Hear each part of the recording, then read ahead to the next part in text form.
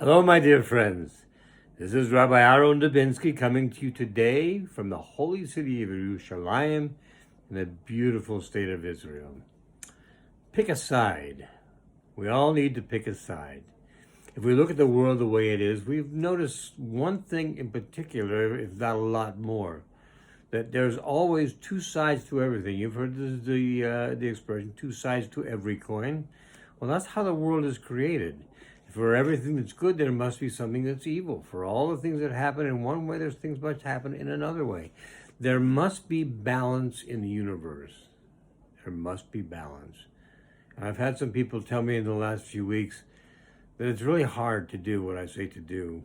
It's really hard to get close to Hashem. It's a lot of work. It's a lot of time. It's a lot of effort. I don't have the background. The excuses go on, and I call them excuses because that's what they are. Because the fact is, you can do anything you want to do. The choice is always up to us. We can make the choice to be closer to Hashem or farther away from Hashem. It's our choice. We always have this choice. We were given free will. That means we have the choice as to how we live our lives. So, when we say we have the choice, that means exactly that.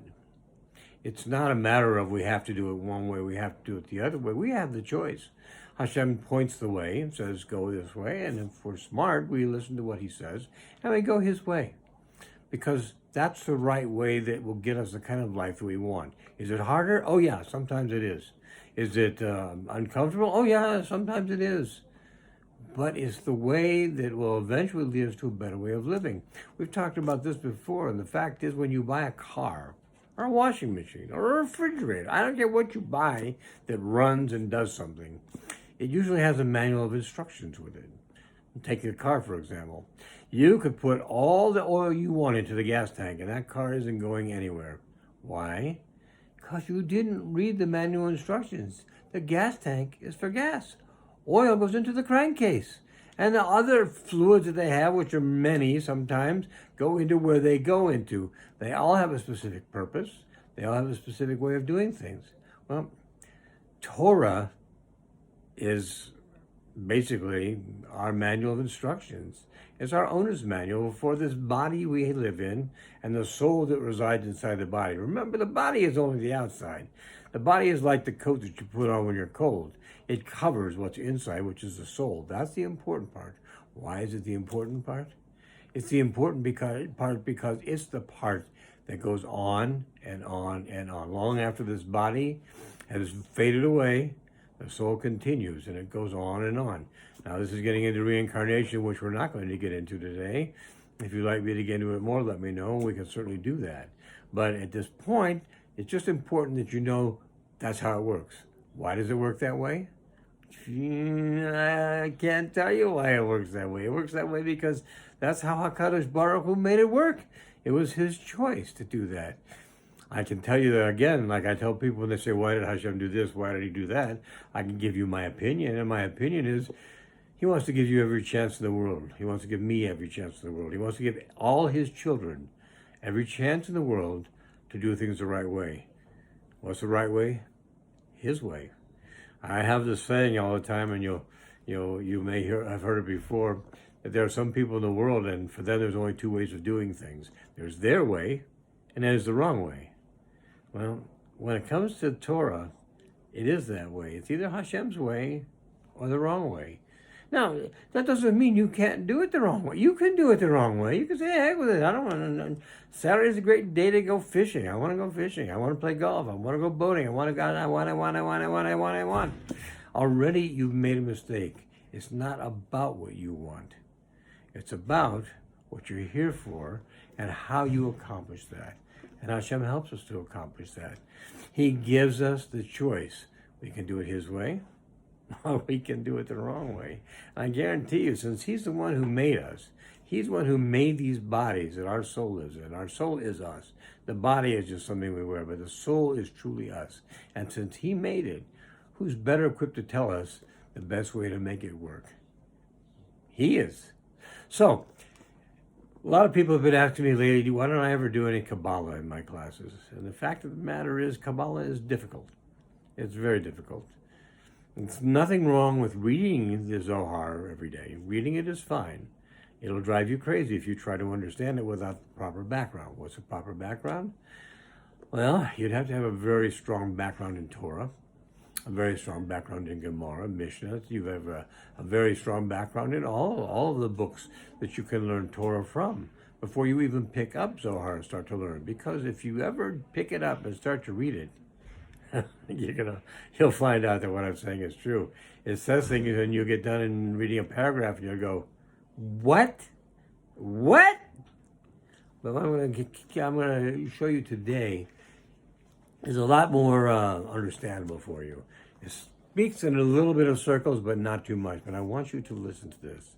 It says, there are two forces, as our sages said on the verse. This, by the way, is from Likutei Moran. Likutei Moran is the magnum opus of Rabbi Nachman of Breslov, those of you who have heard of him. And it's almost exclusively Zohar. There are two forces, as our sages said on the verse. This is the Torah that Moshe placed. If one merits the Torah, it is one's potion of life. If one does not merit, it is one's potion of death. A potion of life is shining faces, and a potion of death is dark faces, as written. God sat me in the darkness along like the long dead. The non-Jews draw their sustenance from the dark faces. So all non-Jews, and I don't mean non-Jews, I mean, when I say this, I mean all the people who reject Torah, have all the negative character traits. That's why you need the background, because you need to know what it really says. Though each and every nation is attached to one specific trait more than to the other traits.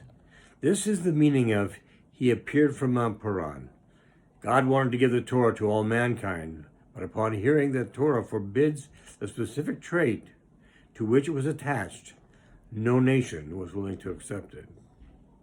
And anyone who possesses negative character traits is under the influence of the nations that's attached and bound to those negative traits. This is, whoever casts off the yoke of Torah, listen very carefully, whoever casts off the yoke of Torah, the yoke of government, and the yoke of the way of the world is placed upon him. Physical bondage corresponds to the yoke of government, and the way of the world is the negative character traits of the non-Jews corresponds to the yoke of the way of the world. And again, when I say non-Jews, I'm talking about any people who do not accept Torah for what it is. Okay? And this basically, if you look around what's going on in the world right now, you'll find this is not too far from where we are at this point. Since one is cast off the yoke of Torah, which corresponds to the 70 shining faces, the 70 dark faces, which is physical bondage to and the character traits of the other nations, overwhelm him, which correspond to the yoke of government and the yoke of the way of the world. So there you have it. We have a choice, and it's a clear choice. And we have to decide which way we're going to go. Again, we have free will. We want free will. I say all the time, people ask me questions, Rabbi, why did this happen? Rabbi, why did God do this? Rabbi, why does God do that? And the answer I always give, which is, I think is kind of funny, but it's really true, is I didn't get the memo. I don't know. I really don't know. I can give you my feelings on why. And, they may be close and they may be far afield. But I can give you an idea based on what I do know. But the answer is, we don't know for sure. And that's good. And I've always said to myself, maybe wouldn't it be great if I did know? And I immediately took that back. There are things you don't want to know, that I don't want to know, we don't want to know. We want to live our lives in peace and joy and happiness, joy, love, and fulfillment. That's what I always talk about. That's what we want to live our lives with. Torah gives us the guide to do it. It gives us the guide to look at what we did, like I said last week at Hanan. Moshe was blaming the people. It wasn't the people's fault. It was his own fault. And eventually I think he figured that out. But the fact is, we have in our own lifetimes the ability to decide, what are we going to do? Do you want the shiny faces? Do you want the dark faces? Do we want a life of joy and love and fulfillment? Or do we want a life of poverty, of torture, of misery? not fulfilling what we want, which makes us unhappy people. And we don't want to be unhappy people. We've been given the guide. Torah is the guide. The more we learn, the more we do, the happier we'll be. It doesn't always seem like that in the beginning, my friends, because it's a lot of work, it's a lot of effort, it's a lot of time. But what you will find is the more you put in that effort and time and work, the happier you're going to be, which will lead you to a life of love, joy, and fulfillment. And yes, will bring you to your own personal redemption, which will bring about the final redemption, the building of the third Beit HaMikdash, the coming of Mashiach Tzidkenu Bimheirav Yomeinu, speedily in our days. My friends, have a great week ahead, a great weekend. If it's still Shabbos when you get this, a great Shabbos. And we'll talk next week. I love you all. You take care of yourselves. God bless.